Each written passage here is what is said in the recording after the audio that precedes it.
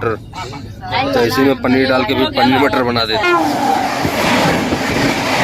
मानसिकता वैसी हो चुकी है, ये हमारी नॉर्थ इंडियन या ईस्टर्न। पटना के बाद जोड़ उलाया है भाई साहब, क्या बताएं।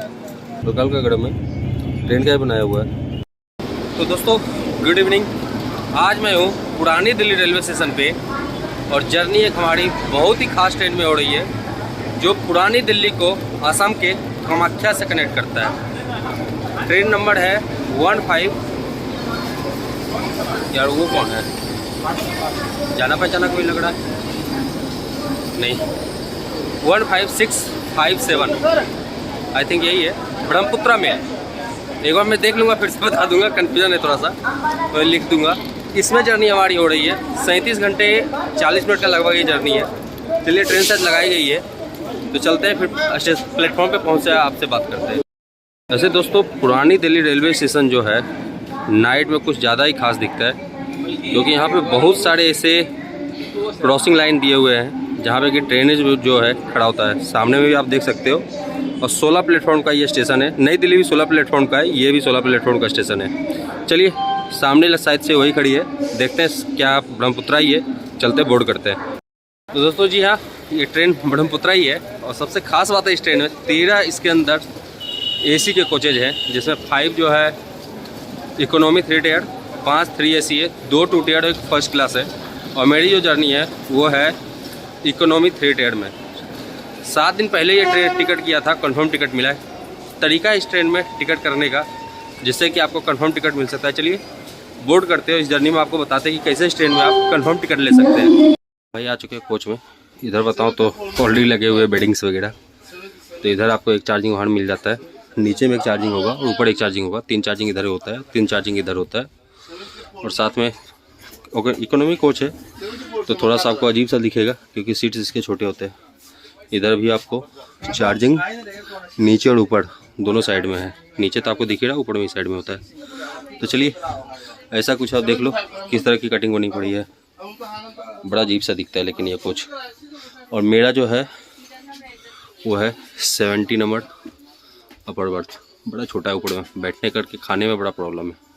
चलिए सामान रखते हैं अपना, लॉक करते हैं। ये दोस्तों इस ट्रेन का जो ब्लैंकेट है बहुत ही 3rd क्लास का ब्लैंकेट है। ये बेकार होता है, बिल्कुल बेकार ब्लैंकेट होता है ये। बट खैर अभी AC भी नहीं चल रहा है, तो भीतर बहुत ज़्यादा गर्मी है। और मिरर बिल्कुल साफ़। चलिए बाहर ही चलते हैं। दोस्तों सामान रख दिया अंदर में, अब थोड़ा सा आपसे बात कर लेते हैं इस ट्रेन के बारे में। टोटल जो डिस्टेंस है लगभग 2300 किलोमीटर की जर्नी तय करती है 37 घंटे 40 मिनट में। और जर्नी बड़ा खास होता है, क्योंकि इस ट्रेन में मैं कामाख्या से नई दिल्ली आया था, सॉरी पुरानी दिल्ली आया था, उसका भी जर्नी का ब्लॉग है हमारे चैनल पे। और बाकी इस बार जो है वो पुरानी दिल्ली से आगे की जर्नी है, मतलब नेक्स्ट साइड में। तो चलिए इधर से ये जर्नी को स्टार्ट करते हैं। ऐसे 41 स्टॉपेजेज है इस ट्रेन के पूरा रूट में, और 54 के एवरेज स्पीड। आज ये 11:40 नाइट में ये ट्रेन निकलेगी, कल नहीं परसों जाकर के 1:20 दोपहर में पहुंचाएगी कामाख्या। दोपहर में खुलने का टाइम भी ऑलमोस्ट शायद वही है, जहाँ तक मुझे याद है, कुछ 12:00 या 11:00 या 1:00 ऐसे ही कुछ टाइम है वहाँ पे खुलने का, जब उधर से खुलती है। तो चलिए कोच तो दिखाई दिया हूँ, थोड़ा अजीब सा कोच है, बाकी 2023 का ही कोच है। चलिए डिपार्चर होता है तो मैं आपको डिपार्चर दिखाता हूँ, बाकी तो जर्नी दिखाते ही रहेंगे पूरी जर्नी। तो भाई फाइनली निकल लिए 23:40 में पुरानी दिल्ली से, और पीछे से बिल्कुल चौथा डब्बा है। तो चलिए अब चलते हैं सोने के लिए, क्योंकि नाइट में कुछ दिखाने के लिए है नहीं और रात बिल्कुल ज़्यादा हो चुका है। तो हम चलते सोते, सुबह जहाँ भी नींद खुलेगा वहाँ से मिलते हैं आपसे। चलिए गुड नाइट। तो दोस्तों लखनऊ तेजस मिल रही है मुझे कानपुर आउटर पे।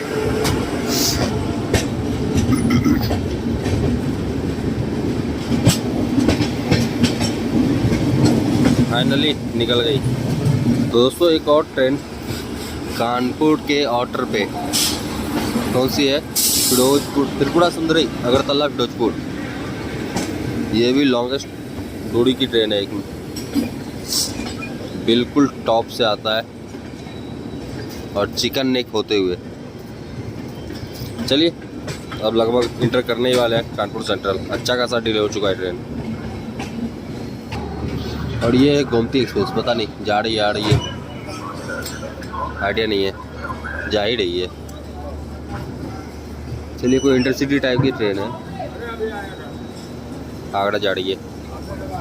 चलिए पहुंच गए कानपुर।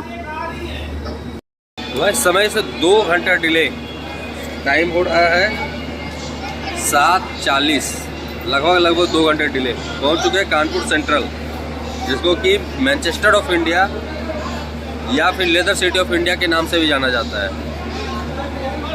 और यहाँ पहुँचे हैं लगभग 2 घंटे डिले। और बताऊँ तो सिकोहाबाद तक ऑलमोस्ट ट्रेन टाइम था, 20-25 मिनट डिले ही था मात्र। सिकोहाबाद से फायर उड़ा दिया। कितने रुकते आई है, क्यों रुक रहा है कोई पता नहीं, इसके आगे कोई ट्रेन नहीं, क्यों रुका कोई समझ से बाहर है।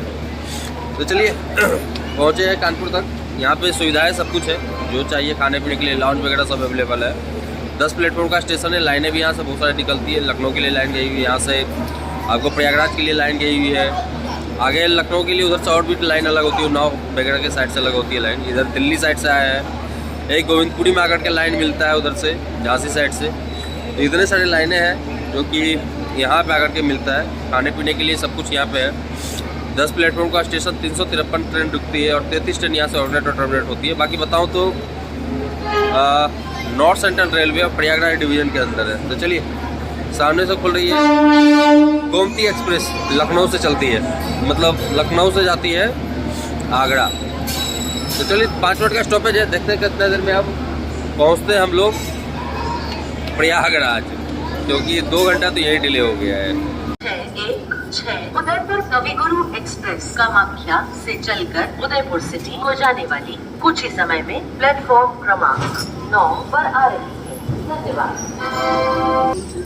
तो भाई कानपुर के खुलते ही यहाँ पे कर्व अच्छा खासा आता है, और ये वही कर्व है। तो दूसरे साइड से लाइन अलग हो रही है लखनऊ के लिए, तो मुझे ये कर्व दिखाना था, क्योंकि उधर की लाइन तो मैं बहुत बार दिखाया हूँ, कर्व नहीं दिखाया हूँ आज को। तो चलिए ये कर्व है खूबसूरत सा। अभी आजिमाबाद का क्रॉसिंग होने वाला है, पटना अहमदाबाद।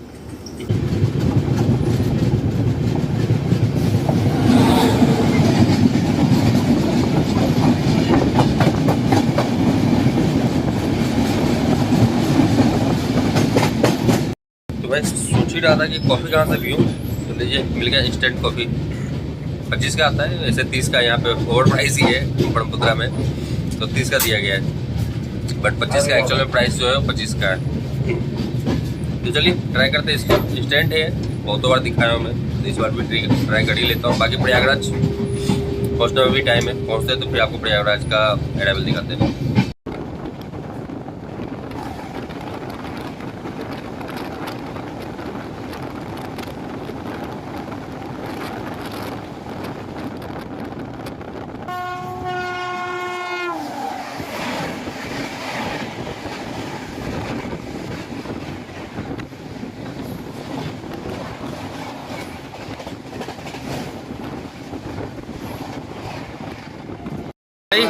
फाइनली 630 किलोमीटर की जर्नी कंप्लीट हुई और पहुंच गया है प्रयागराज, संगम जिसको बोला जाता है, इलाहाबाद भी बोला जाता है, संगम की नगरी भी बोला जाता है। बाकी यहाँ पहुँचे 2 घंटा 10 मिनट डिले, 5 मिनट का स्टॉपेज है ट्रेन का। खाने पीने के लिए सब कुछ अवेलेबल है, ऐसे भी टूरिस्ट प्लेस है आज के डेट में प्रयागराज, तो इसलिए खाने पीने के लिए सब कुछ आपको मिलने वाला है। स्टेशन पे भी है, स्टेशन के बाहर भी अच्छा खासा मार्केट है, अच्छी खासी सिटी है, कैंट एरिया भी है, ये भी बता देता हूँ मैं आपको। बाकी यहाँ पे बहुत सारी लाइनें आकर के मिली है। मेनली जो है बनारस का लाइन है, मुगल सराय का लाइन है, जो कि दीनदयाल उपाध्याय जो दिल्ली से आ रहे हैं, ये 3 जो है ये मेन लाइन है। बाकी एक मानिकपुर के लिए निकला, आगे से जाकर के निकला है मानिकपुर होते हुए सतना के लिए, वो भी एक लाइन है। बगल में संगम है, यमुना गंगा सरस्वती, ये तीनों का टूरिस्ट प्लेस है, तो यहाँ पे लोग ज़्यादा करके आते ही हैं घूमने के लिए। बाकी देखते हैं, थोड़ा नाश्ता वास्ता कुछ लेते हैं, क्योंकि भूख भी लगा है, खाते पीते हैं। ट्रेन अभी तक कोई कवर नहीं किया, बीच में कवर किया भी था, फिर से रोक करके फिर से लेट हो गया, तो अभी भी 2 घंटा 10 मिनट के राउंड में डिले है। 5 मिनट का स्टॉपेज तो है ही। बाकी भाई ट्रेन का हालत बिल्कुल ख़राब है, जितने भी इकोनॉमी क्लास के कोचेज है ना, किसी का हालत सुधरा हुआ नहीं है। खास करके इसमें जो हैंडीकैप्ड के लिए वॉशरूम बना हुआ है, उसमें किसी में 5 कोच है, 5 में से किसी में भी उसमें लॉक नहीं है, सबके सब लॉक खराब है। और गंदा तो इतना कि कोई पूछो मत, बेकार, बिल्कुल कुछ बेकार 2023 का होते हुए। तो भाई फाइनली निकल लिए प्रयागराज से और 5 मिनट का स्टॉपेज है, प्लस 10 मिनट ट्रेन रुकी है और ट्रेन अब डिले हो चुका है लगभग 2 घंटा 20 मिनट। तो चलिए यहाँ से आगे से जा कर के लाइन अलग होता है बनारस के लिए और हम सीधा निकल जाएंगे मुगल सराय दीनदयाल उपाध्याय वाले लाइन पे।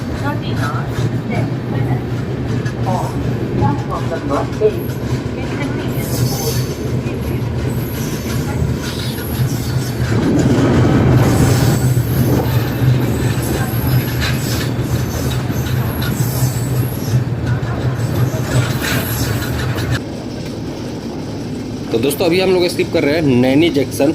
यहाँ से इधर के लिए मुड़ती है, आपकी मानिकपुर के लिए भी लाइन मुड़ती है। पहले एक्चुअल में यही स्टेशन था, पहले प्रयागराज छिवकी नहीं था, यही स्टेशन था। बाद में प्रयागराज छिवकी को बनाया गया, जिससे कि ज़्यादा करके जो ट्रेनें हैं मुंबई साइड जाने वाली, सतना वगैरह के लिए जाने वाली, वहाँ से मुड़ जाती है। तो चलिए शानदार सा स्किप देखिए आप लोग नैनी जंक्शन का।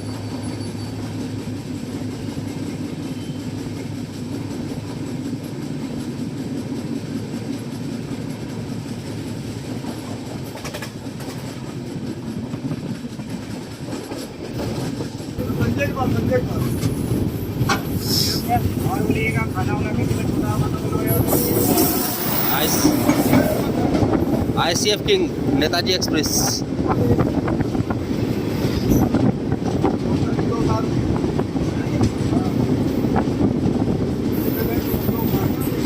इस ट्रेन को पता नहीं LHB कब मिलेगा,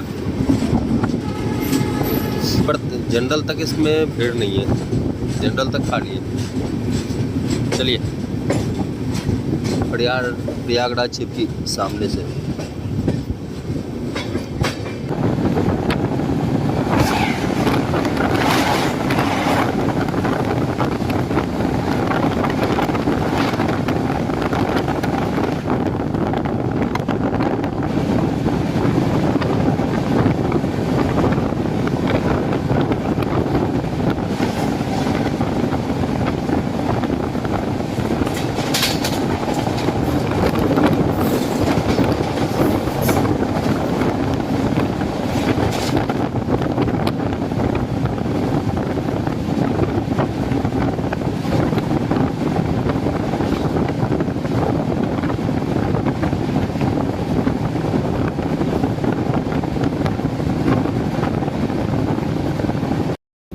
तो भाई ये मिला है 80 रुपये का स्टैंडर्ड खाना, बाकी 150 का भी थाली बेचा जा रहा है इसमें। ये तो पिकल है, पिकल तो मैं खाता नहीं, साइड ही रख देता हूँ। दही गायब है और दही ऐसे भी नहीं खाता हूँ तो मांग करके फ़ायदा भी नहीं है, पर दूसरे को देना चाहिए। ये तो पराठे हो गए, चावल, और ये सब्जी देख लेते हैं क्या का है।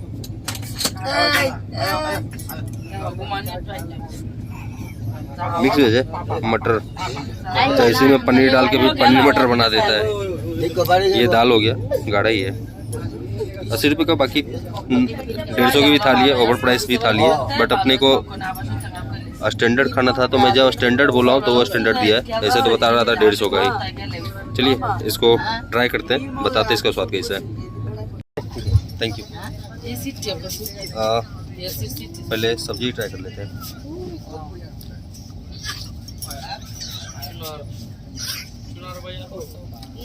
सही है, तीखा है, बट तीखा तो जनरली मुझे ज़्यादा लगता है, तो ठीक है।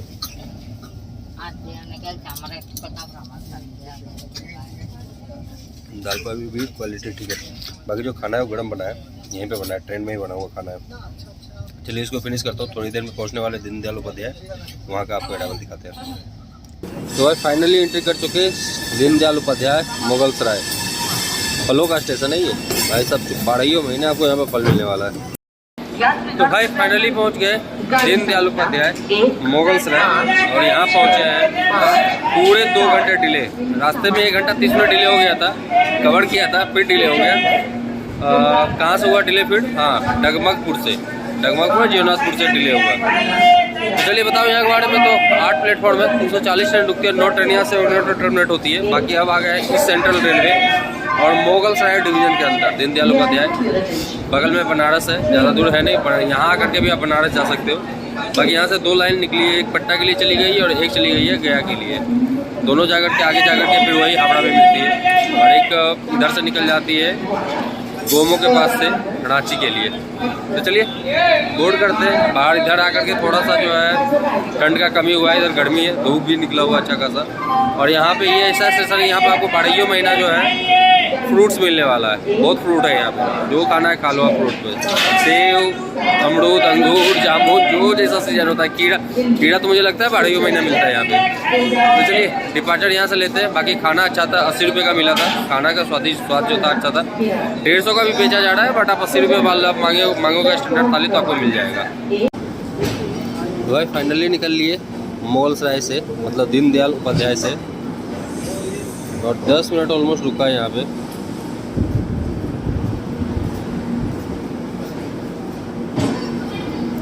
बाकी पूरे स्टेशन पे आपको यहाँ पे फ्रूट्स मिल जाएगा, पूरे स्टेशन पे बहुत सारे फ्रूट्स। इतना फ्रूट तो मैं और किसी स्टेशन पे नहीं है कि हाँ, एक यहाँ पे फिर मिल जाता है नागपुर में। नागपुर में भी बहुत सारे फ्रूट्स की दुकान है, बट यहाँ पे भी आपको अच्छा खासा फ्रूट्स देखने के लिए मिल जाएगा।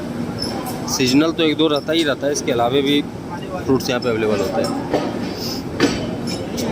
तो चलिए निकल लिए, अब चलते हैं अंदर। तो भाई आ गए हैं वॉशरूम में, और ये है वेस्टर्न वॉशरूम। मिरर देख लो आप, छींटे बीटे लगे पड़े हैं, हल्का हल्का स्मेल भी है अंदर में। बाकी एक चीज़ बताता हूँ, अब इसमें जो है इस तरह की टोटी मिलेगी। तो वो जो था हाइजीन फ्री, जिसको पैर से दबा करके खोलना, मतलब पानी निकालना होता था, वो किसी भी इकोनॉमिक कोच में है ही नहीं। सबके सब खड़ा हो चुके, सब के सब, किसी में भी ठीक नहीं है। बाकी इसमें लिक्विड है, बाकी नीचे जो है बिल्कुल गंदा है, बिल्कुल गंदा है। ऊपर में लाइट है, इधर एग्जॉस्ट, इधर विंडो एग्जॉस्ट, कुछ ऐसा नज़ारा है। 3 टियर इकोनॉमी ब्रह्मपुत्रा का। चलते बाहर चलते, भीतर तो रहा नहीं जा रहा है।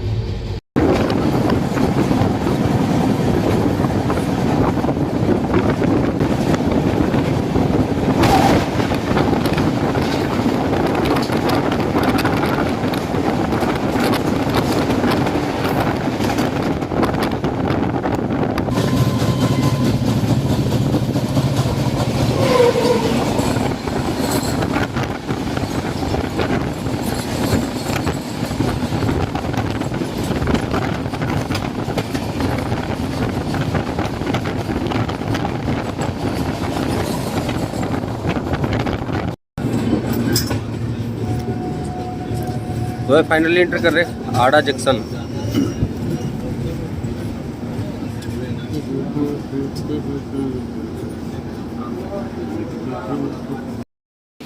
तो भाई पहुंच गए बिहार। तो बहुत पहले पहुंच गए थे, एक्चुअली मैं लेट गया था तो बक्सर वगैरह नहीं दिखा पाया। तो पहुंचे आड़ा जंक्शन, और यहाँ पहुंचे 2 घंटा 10 मिनट डिले। सिग्नल हो भी गया बड़ा जल्दी। चलिए, ऐसे 4 प्लेटफॉर्म का स्टेशन है। इसमें 90 ट्रेन रुकती है, 10 ट्रेन यहाँ से ऑर्डिनेट और टर्मिनेट होती है। और बगल में ही मार्केट है आड़ा के।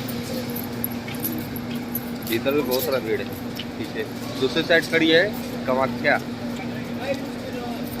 भगत की कोठी। उस साइड कामाख्या भगत की कोठी खड़ी है। तो चलिए ठीक ही ठाक रहा है यहाँ तक है जर्नी। और देखते हैं पटना कितने बजे पहुँचाते हैं, फिर आगे कितना बजे तक निकलते हैं। अब यहाँ से 2 घंटा 10 मिनट डिले है तो उतना ही रहेगा। आज ज़्यादा लोकल वगैरह का नहीं दिखा है, ट्रेन में चढ़ने उड़ने का जोरदार, तो वो एक अच्छा चीज़ है। नहीं तो लोकल से इधर बहुत सारे चढ़ जाते हैं, और उसके बाद फिर आप एसी हो या स्लीपर हो, कुछ नहीं समझने वाला कोई। पिछली बार जब मैं आया था तो वही तो चलिए चलते हैं, अंदर ही चलते हैं। ऐसे अब है east central railway Danapur division के अंदर। बताना भूल गया था, आड़ा जंक्शन है इसलिए क्योंकि यहाँ से एक लाइन जो है सासाराम के लिए निकली है। ये ट्रेन है, ये आ रही है भभुआ रोड से, इंटरसिटी सवारी गाड़ी है। अच्छा, ये सवारी गाड़ी है, इसके पीछे पीछे की इंटरसिटी भी आएगी। हाँ, ये सवारी गाड़ी है, इसके पीछे पीछे इंटरसिटी भी आएगी। तो ये सासाराम से आ रही है, इसके पीछे इंटरसिटी। तो चलिए, ये जाएगा पटना तक, दानापुर तक।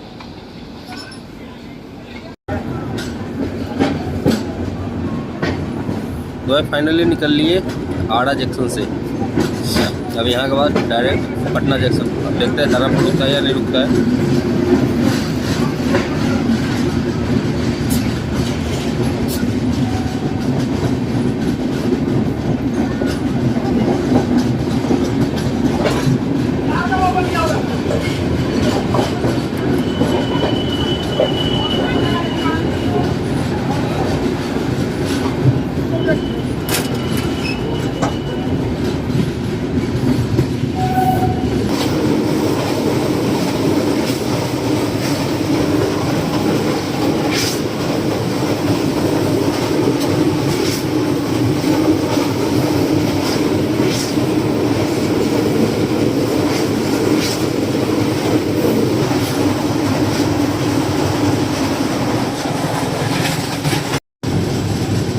तो अभी स्किप कर रहे हैं दानापुर।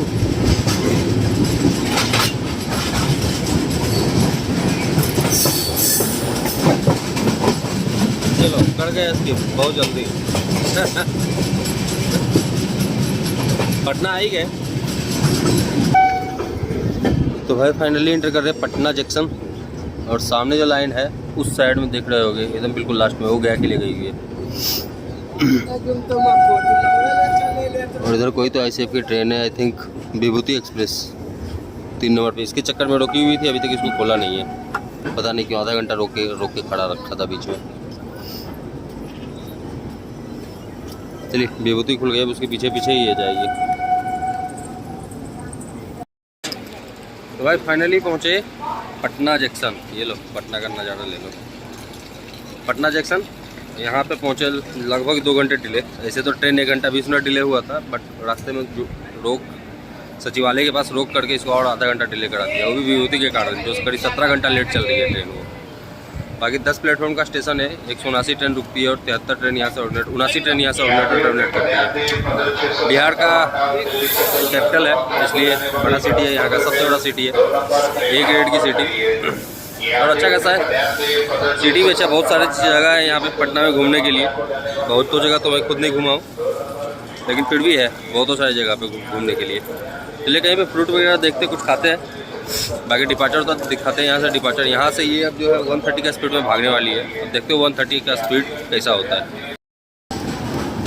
तो भाई करीब 10 से 15 मिनट रुकने के बाद निकल लिए पटना जंक्शन से, और निकलते के साथ ही अच्छा खासा स्पीड पकड़ लिया। इसके आगे जा रही विभूति, जो कि करीब 17 साढ़े 17 घंटा लेट है,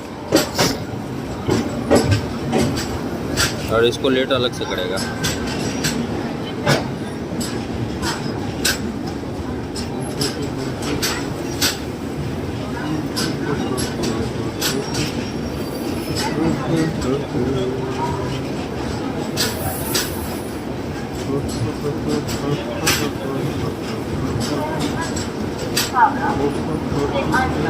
न्यू दिल्ली को पहुंचने वाली सामने खड़ी है पुड़वा, जो हावड़ा से आई है और नई दिल्ली जाएगी। स्लीपर का तो हाल ही बेकार है उसमें भी। चलो चलते हैं अंदर।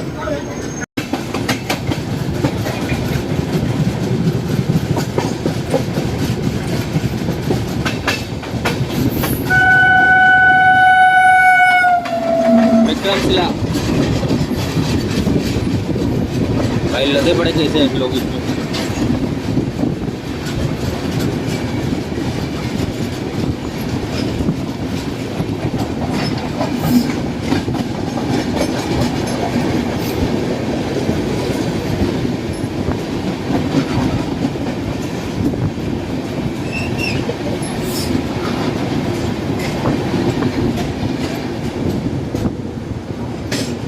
और ये आ गया राजेंद्र नगर टर्मिनल।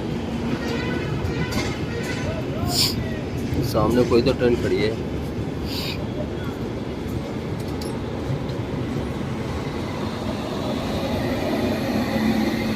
राजेंद्र नगर गोंडा, अच्छा गोड्डा राजेंद्र नगर एक्सप्रेस है, आई है।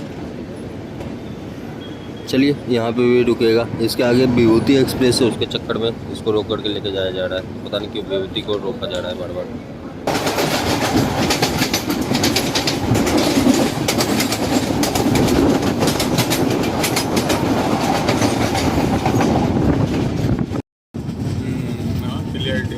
भाई स्किप कर रहे हैं अभी बख्तियारपुर, बड़ा ही स्लो है। मैं सोचा था यहाँ से 80-90 के स्पीड से निकलेगा, 80-90 110 के स्पीड से, ये तो लगता है रुक ही जाएगा यहाँ पे।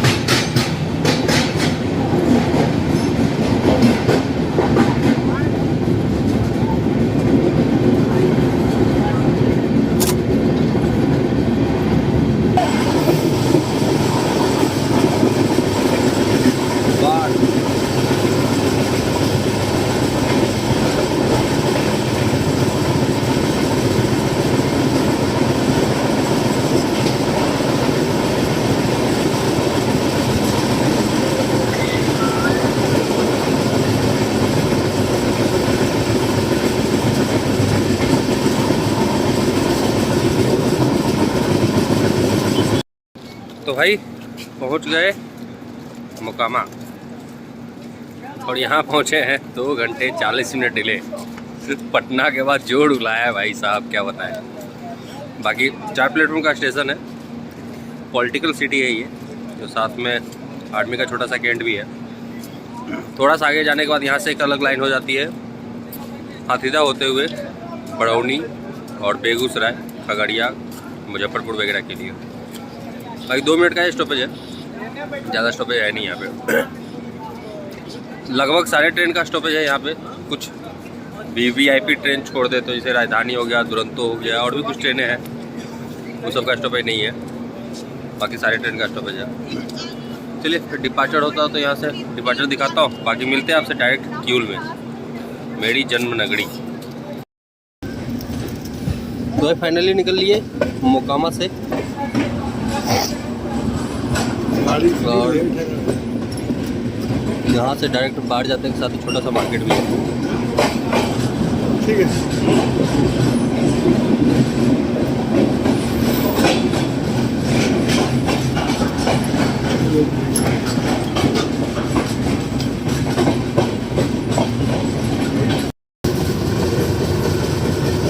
लखीसराय जंक्शन,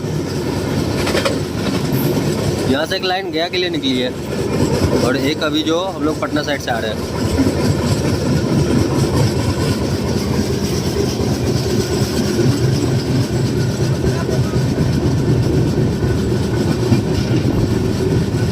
यहाँ पे भी कोच इंडिकेटर अभी तक नहीं था, अब यहाँ पे भी कोच इंडिकेटर लगाया जा रहा है। इधर तो दिख नहीं रहा है, दूसरे साइड में लग रहा होगा। हाँ ये रहा ना, इस पर भी काम चल रहा है। चलिए अब लखीसराय क्रॉस कर गए, अब एंटर करने वाले क्यूल नदी।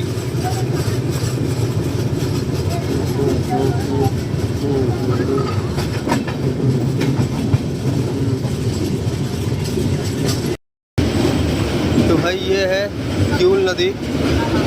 ये जो आप देख रहे हो अभी पत्थर का ढांचा, यहाँ पे पुराना वाला ब्रिज था क्यूल का। 117 साल के बाद इस ब्रिज को तोड़ा गया था। उसमें पहले रेल लाइन उस पर बिछा हुआ था। चलिए पानी उनी ज़्यादा है नहीं नदी में, छोटा सा ही, ज़्यादा बड़ा भी नहीं है रिवर ये। चलिए एंटर करने वाले हैं क्यूल, दिखाते हैं आपको क्यूल का अराइवल।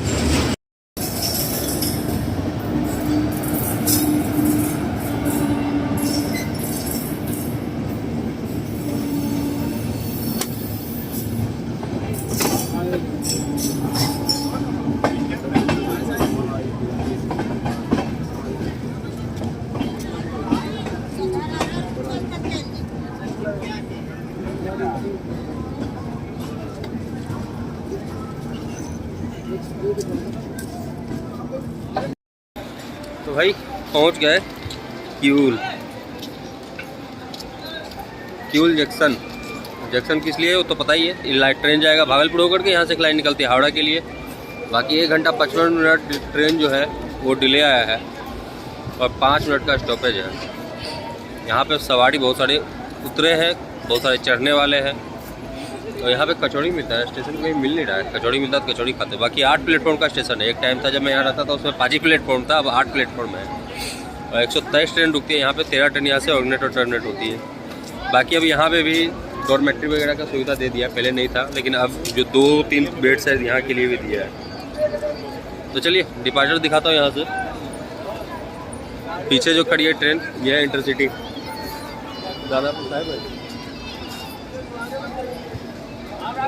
दानापुर साहिबगंज ही है शायद। चलिए डिपार्चर दिखाते हैं आपको। तो भाई फाइनली निकल लिए किउल जंक्शन से। 5 मिनट का स्टॉपेज आकर 7-8 मिनट ट्रेन रुका। और यहाँ से जो है पूरा पैक हो चुका है ट्रेन। लोकल जो जमालपुर अभयपुर वगैरह जाने वाले होते हैं वो लोग चढ़ते हैं। और सबसे बड़ा दिक्कत है कि यहाँ पे कोच इंडिकेटर नहीं है, तो पता नहीं चलता जनरल आगे है पीछे है। अब लोगों को जाना है तो फिर जाना ही जाना है।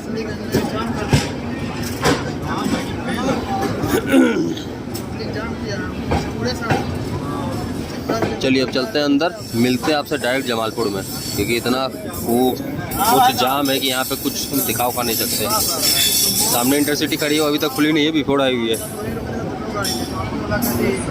उसके दूसरे साइड भी कोई ट्रेन है LHB कोच की, पता नहीं कौन सी है।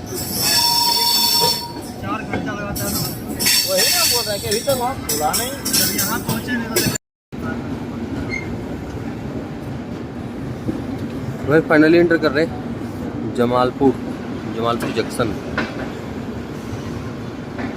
बहुत सालों बाद। तो भाई फाइनली 1140 किलोमीटर लगभग दूरी तय करके पहुंच चुके जमालपुर। रेल कारखाना भी है यहाँ पे, इसलिए नामी है ये सिटी। बाकी यहाँ से एक लाइन निकला है मुंगेर होते हुए, जो उधर खगड़िया वाले लाइन में जाकर के मिलता है। ऐसे बताएं तो 4 प्लेटफॉर्म का स्टेशन है, उनसे ट्रेन रुकती है और अपने आप में नामी जगह है। मुंगेर जिला के अंदर आता है, नामी बिहार का मुंगेर जिला। अगर आप लोगों ने बिहार का नाम सुना है तो बिहार में मुंगेर का नाम पक्का सुने होंगे। वही है मुंगेर जिला का जमालपुर। तो चलिए 5 मिनट का स्टॉपेज है। बाकी स्टेशन अच्छा नामी है, बड़ा स्टेशन है। खाने पीने का भी सुविधा सब कुछ है, रहने वहने का भी सुविधा है यहाँ पे। ये थी जानकारी। अब अंधेरा हो गया तो बाहर को दिखाने का है नहीं, इसलिए बेड पे लेटा हुआ हूँ जाकर के। दिन भर में थक गया था पूरा। बाकी बताओ यार, तो ट्रेन में सुविधा जिस तरह से दिया जाता है और आम पब्लिक जो है, खास करके मैं ये देखा हूँ इधर नॉर्थ ईस्ट इस साइड में, ईस्टर्न रेलवे साइड में, उसका सही से कदर नहीं करते। अब यही ट्रेन के बारे में बताऊं तो इकोनॉमी में जितने भी वाटर डिस्पेंसर्स थे जो पैर से दबा करके होता था, वो सारे तोड़ दिए। फिर जो आपका पाइप होता है वो सारे तोड़ दिए, पूरा मैनुअल कर दिया है। अब जब सुविधा दिया गया और आप इसका लाभ नहीं उठाओगे, उसको तोड़ोगे फेंकोगे, तब तो फिर मुश्किल है आपके लिए। तो इससे अच्छा है कि आपको ये सुविधा दिया ही ना जाए। इसलिए जब मैं बोलता हूँ वीडियो में ये बात बोलता हूँ ना कि हमारी मानसिकता वैसी हो चुकी है। ये हमारी नॉर्थ इंडियन या ईस्टर्न लाइन में जो रहते हैं, उधर साउथ के साइड आप चले जाओ, ये चीज़ आपको देखने के लिए ना के बराबर मिलेगा। साउथ से साउथ की ट्रेनें चलती है, लेकिन जो नॉर्थ या ईस्ट को जोड़ती है उस ट्रेनों आप देखो कितना बुरा हाल करके रखा है। खैर ये जानकारी है क्योंकि मैं उधर भी घुमा इधर भी घुमा, दूसरे को भी ब्लॉगर देखते होंगे जो दूसरे ट्रेनें होती है उसका कंडीशन क्या है, और जो नॉर्थ या नॉर्थ ईस्ट से जो ट्रेनें चलती है या ईस्टर्न रेलवे के अंदर जो ट्रेनें चलती है उसका कंडीशन क्या है। चलिए यहाँ से डिपार्चर लेते हैं। बाकी अपने साइड भी एक अच्छा ट्रेन है संपूर्ण क्रांति, कंडीशन अच्छा होता है उसका। चलिए डिपार्चर दिखाता हूँ आपको। तो भाई फाइनली निकल लिए जमालपुर से। सामने बिल्कुल मार्केट है, एग्जिस्ट मार्केट भी है। बहुत पहले आया था, आज का याद नहीं, बहुत पहले आया था मैं। मुझे लगता है जब मैं 10-12 साल का था तभी आया था मार्केट। अंदर बाहर गया था, जमालपुर किसी काम से आया था। तो चलिए खुल गई। अब डायरेक्ट मैं आपसे मिलता हूँ भागलपुर में, क्योंकि अंधेरा है। बीच में एक और स्टेशन है सुल्तानगंज, नाम आपने सुना होगा। जब श्रमिक मेला लगता है, सावन का मेला बिहार में, तो उस समय इस स्टेशन का नाम बहुत ज़्यादा होता है। सुल्तानगंज, क्योंकि लोग गंगा जल यहीं से ले करके फिर देवगढ़ के लिए जाते हैं। तो इसके बाद वहाँ का स्टॉपेज है, वहाँ नहीं दिखाऊंगा, मिलता हूँ आपसे डायरेक्ट अब भागलपुर में। चलते हैं, मोबाइल बैठ करके चार्ज करते हैं, मोबाइल भी डिस्चार्ज हो गया पूरा। तो भाई ये मंगाया हूँ नाइट में स्टैंडर्ड मील, फिर से 80 रुपये का ही मिला है। सुबह में जो था वही रेट है। बाकी ये हल्का हल्का गर्म है, ट्रेन का ही बनाया हुआ है। चावल ठंडा है, सब्जी दोनों गर्म है, दाल भी गर्म ही है। बाकी सब्जी आपका चने और आलू का है, जो मुझे बिल्कुल पसंद नहीं है, लेकिन चलो खा लेते हैं और क्या ही किया जा सकता है। चलिए इसको फिनिश करता हूँ, भागलपुर में बताता हूँ इसका टेस्ट कैसा है। बाकी 80 का ही पढ़ाई है, पैसा भी दिया नहीं दूंगा। भाई पहुँच गए भागलपुर जंक्शन। तो साइड में कौन सी ट्रेन लगी? आई थिंक विक्रम तिलक आएगी।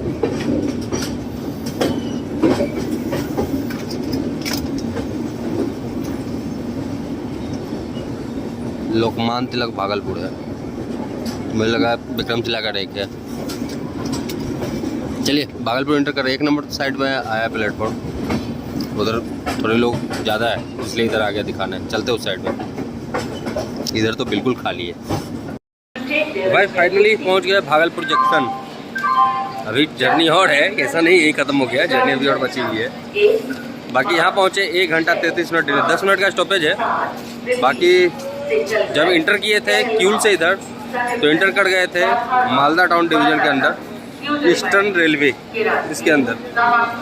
बाकी यहाँ पे बहुत सारे लोग बोर्ड किए हैं, बहुत डिबोर्ड किए हैं। आई थिंक चार्ट भी बनता है यहाँ से, रिमोट कोटा चार्ट बनता है शायद यहाँ से, इसीलिए। बाकी चलिए सही चल रही है जर्नी। खाना जो खाया था अच्छा था, किसी तरह का उसमें कोई दिक्कत उक्कत नहीं था। 80 रुपये का दिया ईमानदारी से। अभी तक इसे 1215 किलोमीटर की दूरी तय कर चुके हैं पुरानी दिल्ली से। बाकी यहाँ के बारे में बताओ तो 6 प्लेटफॉर्म का स्टेशन ही है। 68 ट्रेन रुकती है, 22 ट्रेन यहाँ से टर्मिनेट होती है। और ट्रेन देखते हुए और कितना डिले होता है या फिर मेकअप होता है रात में, क्या होता है वो भी दिखाएंगे। ऐसे जो मेरी जर्नी है वो है मालदा टाउन तक, बट मेरा टिकट जो है वो है कामाख्या तक। मैं आपको बताया था कि कंफर्म टिकट पाने का तरीका है इसमें। अगर आप कामाख्या तक का टिकट इसमें लेते हो ना, 20 का अगर वेटिंग दिखा रहा है, आप कामाख्या तक टिकट लेते हो तो आपको कंफर्म टिकट मिल जाता है। क्योंकि शॉर्ट रूट के लिए इसका जो है कोटा कम है टिकट का, लॉन्ग रूट के लिए कोटा ज़्यादा है ट्रेन में टिकट का। तो मैं बहुतों बार पहले अपने मम्मी पापा का भी टिकट किया था, क्यूल तक करता था मैं, रंगिया से या फिर न्यू बोंगाईगांव से, नहीं तो कामाख्या से दिल्ली तक का बोर्डिंग डाल देता था क्यूल। वैसे ही मैं अभी उधर से आते समय जब मुझे टिकट नहीं मिल रहा था मालदा टाउन तक किसी भी ट्रेन में, तो फिर मैं यही किया कि इस ट्रेन में मैं लिया कामाख्या तक का टिकट और मालदा टाउन में उतर जाऊंगा। कंफर्म टिकट हो गया मेरा। चलिए ये तरीका ये आप भी ट्राई करके देखिएगा। तो फाइनली निकल लिए भागलपुर से और अब हम चलते हैं सोने। मिलते हैं आपसे डायरेक्ट मालदा टाउन में, क्योंकि पूरी नाइट जगना पड़ेगा मुझे। उससे अच्छा है कि थोड़ा नींद कर लेता हूँ अभी, फिर मिलते हैं आपसे वहीं पे। बाकी अगर बीच में कहीं नींद खुला तो वहाँ पे भी मिल सकते हैं।